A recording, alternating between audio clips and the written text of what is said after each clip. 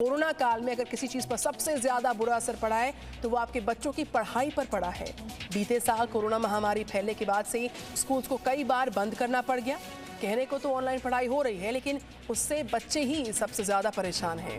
अब आईसीएमआर ने सलाह दी है कि स्कूल को खोलने के बारे में विचार कर सकते हैं। आईसीएमआर के डायरेक्टर हैं डॉक्टर बलराम भार्गव। उन्होंने साफ कहा कि सबसे पहले प्राइमरी स्कूल्स को खोल दिया जाए, क्योंकि बड़ों की तुलना में बच्चों पर कोरोना का प्रभाव कम होता है। इस खास रिपोर्ट के साथ खास पेशकश की शुरुआत।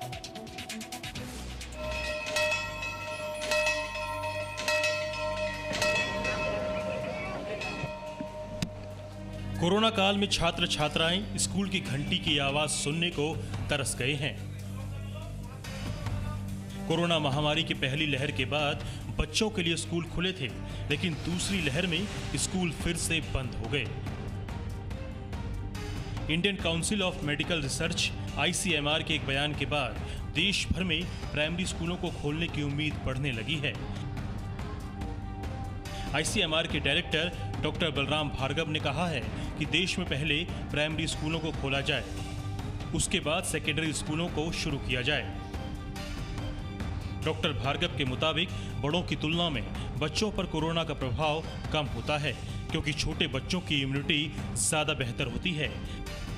आईसीएमआर के डायरेक्टर ने बताया कि स्वीडन जैसे कई स्कैंडिनेवियन देशों ने तो कोरोना की पहली, दूसरी और तीसरी लहर में प्राइमरी स्कूलों को बंद ही नहीं किया। वहां लगातार प्राइमरी स्कूल खुले रहे। The district start considering it will be wise to open primary schools first, and that should be done before the schools for secondary schools. ICMR director ने कहा कि प्राइमरी स्कूलों को खोलने से पहले ये सुनिश्चित करना होगा कि स्कूल के सभी स्टाफ का वैक्सीनेशन हो जाए। बच्चों में बड़ों के मुकाबले अच्छी इम्यूनिटी होने की बात आईसीएमआर के चौथे सीरो सर्वे में सामने आई है।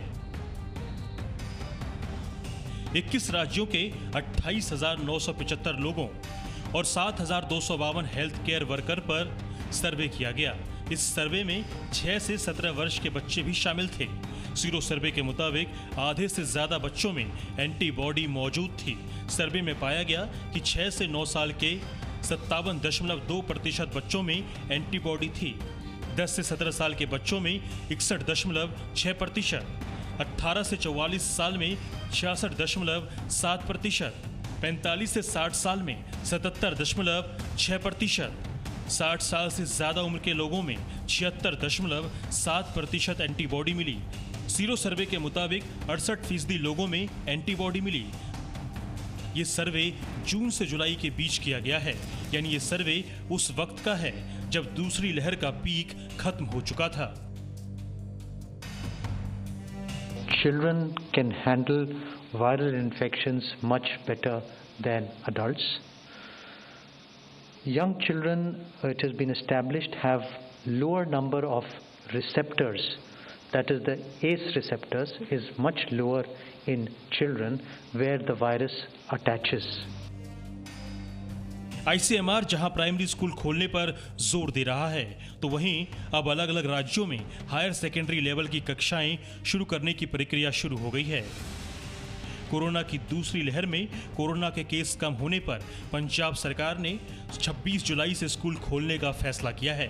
हालांकि अभी सिर्फ 10वीं से 12वीं तक के छात्रों के लिए ही स्कूल खोले जाएंगे। अगर कोरोना के हालात काबू में रहे तो 2 अगस्त तक बाकी की कक्षाएं भी शुरू की जाएंगी। कोरोना के मामलों में कमी आने के बाद कई राज्यों में सुरक्षा के साथ स्कूल खोल दिए गए हैं। इन राज्यों में महाराष्ट्र, गुजरात, हरियाणा, पंजाब, बिहार, कर्नाटक और हिमाचल प्रदेश शामिल हैं। वहीं मध्य प्रदेश, ओडिशा और आंध्र प्रदेश में भी जल्द स्कूल खोल दिए जाएंगे। अभी दिल्ली और यूपी की सरकारों ने स्कूलों को खोलने को लेकर कोई फैसला नहीं किया है। दिल्ली से पूजा मक्कड़ के साथ ब्यूरो रिपोर्ट, जी मीडिया। तो पूजा मक्कड़ की खास रिपोर्ट आप देख रहे थे। पूजा मक्कड़ इस वक्त जी न्यूज़ संवाददाता लाइव मेरे साथ जुड़ चुकी हैं। गुड मॉर्निंग पूजा। आईसीएमआर के डायरेक्टर डॉक्टर भार्गव का जो बयान सामने आया है, स्कूल खोलने पर जो जोर दिया जा रहा है, एक तरफ स्कूल को खोलने पे जोर, और अगर हर चीज़ यथास्थान रहती है, सही तरीके से आगे बढ़ती है, तो जल्द ही स्कूल्स की घंटी भी बज सकती है, बच्चे स्कूल जा पाएंगे। एक पॉजिटिव खबर है उन सबके लिए जो काफी वक्त से ऑनलाइन क्लासेस अटेंड कर रहे हैं बच्चे। पूजा जी निधि, देखिए जो खबर आई है उसमें डॉक्टर बलराम भार्गव ने सबसे पहले विदेशों का एग्जाम्पल दिया। उन्होंने ये बताया कि बहुत सारे देश ऐसे थे जिन्होंने प्राइमरी स्कूल्स को कभी बंद ही नहीं किया, क्योंकि अनुभव भी यही बताता है कि जो बच्चे बहुत छोटे होते हैं, प्राइमरी स्कूल में पढ़ने वाले, यानी 10 साल से 12 साल से नीचे के बच्चे होते हैं, उनमें ये देखा गया कि अगर उन्हें कोविड होता भी है तो ज्यादातर बच्चे या तो एसिम्टोमेटिक रहते हैं, उनको कोई लक्षण नहीं होते, या फिर अगर उन्हें हुआ तो हल्के लक्षणों के साथ उनका कोविड ठीक हो जाता है। उन्हें आमतौर पर दवा की या डॉक्टर तक जाने की भी जरूरत नहीं पड़ती। इसी अनुभव को देखते हुए कल आईसीएमआर ने ये कहा है कि सबसे पहले प्राइमरी स्कूल खोले जा सकते हैं, बशर्ते जो पूरा स्टाफ है, टीचर्स से लेकर गार्ड तक, वो सभी वैक्सीनेटेड हो दोनों डोज के साथ। तो कम से कम ये पता रहेगा कि उस बबल में सुरक्षा है और बच्चे वहां पर जा सकते हैं। लेकिन अगर हम पिछली बार को देखें तो जब पहली वेव कम हुई थी और स्कूल खोले गए थे, तो अनुभव ये बताता है कि ज्यादातर पेरेंट्स ने अपने बच्चों को स्कूल नहीं भेजा था, क्योंकि पेरेंट्स के अंदर डर था और उनको ये तसल्ली नहीं थी कि अगर मेरा बच्चा जाएगा और वो गलती से एक्सपोज भी हो गया तो भले ही वो एसिम्प्टोमेटिक रहे, कहीं वो घर पर कोविड ना ले आए। इस खतरे को देखते हुए जब स्कूलों ने ये विकल्प दिया कि आप चाहें तो स्कूल भेजें और चाहें तो ऑनलाइन क्लास जारी रखें, तो 5% से भी कम अटेंडेंस कई स्कूलों में देखी गई थी। कुछ स्कूल तो ऐसे भी थे जहां बच्चे नहीं आए थे, और ये छोटे बच्चों का मामला है। तो ऐसे में पेरेंट्स के लिए डिसीजन लेना कि भले ही आईसीएमआर जो कह रहा है उसके बाद अगर स्कूल खुल भी जाते हैं तो अभी बच्चों को स्कूल भेजना ठीक होगा या नहीं होगा। हमारी जब पेरेंट्स से बात होती है तो ज्यादातर का कहना है कि वो बच्चों के लिए वैक्सीन का इंतजार कर रहे हैं। तो सैद्धांतिक तौर पर ये बात बिल्कुल ठीक है कि स्कूल खोले जा सकते हैं, क्योंकि बच्चे कम संक्रमित होते हैं। सीरो सर्वे में भी ये दिखाया गया कि आधे से ज्यादा बच्चे संक्रमित थे 12 से 17 साल के, लेकिन उनको कोई लक्षण नहीं आए। तो ऐसे में जो बयान है वो तो सैद्धांतिक तौर पर सही है, लेकिन क्या माँ बाप भेजना चाहेंगे, क्या ये फैसला लेंगे या नहीं लेंगे, ये प्रैक्टिकली फिलहाल मुश्किल नजर आता है। बिल्कुल पूजा, मैं चाहूंगी कि आप और सरल शब्दों में एक और सीरो सर्वे को समझा दें एक बार, क्योंकि इस खबर का सरोकार घर घर के साथ है, हर पेरेंट के साथ है, हर बच्चे के साथ है, हमारे आपके साथ है। लिहाजा जब सेकेंड वेव का पीक खत्म होता है, जून से जुलाई में जो सीरो सर्वे किया गया, उसके जो डेटा हैं, जो स्टैटिस्टिक्स हैं, वो क्या दर्शाते हैं, आप बेहतर तरीके से समझा पाएंगी पूजा?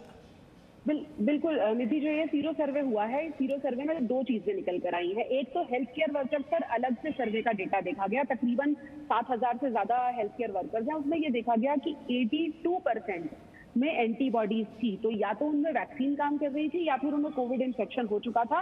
इसलिए केवल 15% ऐसे थे जिनमें एंटीबॉडीज नहीं पाई गई। दूसरी अहम बात, जो ये सीरो सर्वे किया गया, इसमें इस बार 12 से 17 साल के बच्चों को भी रखा गया, क्योंकि सरकार भी ये जानना चाहती थी कि जो तीसरी लहर का खतरा बच्चों पर ज्यादा बताया जा रहा है वो असल में कितने संक्रमित हैं।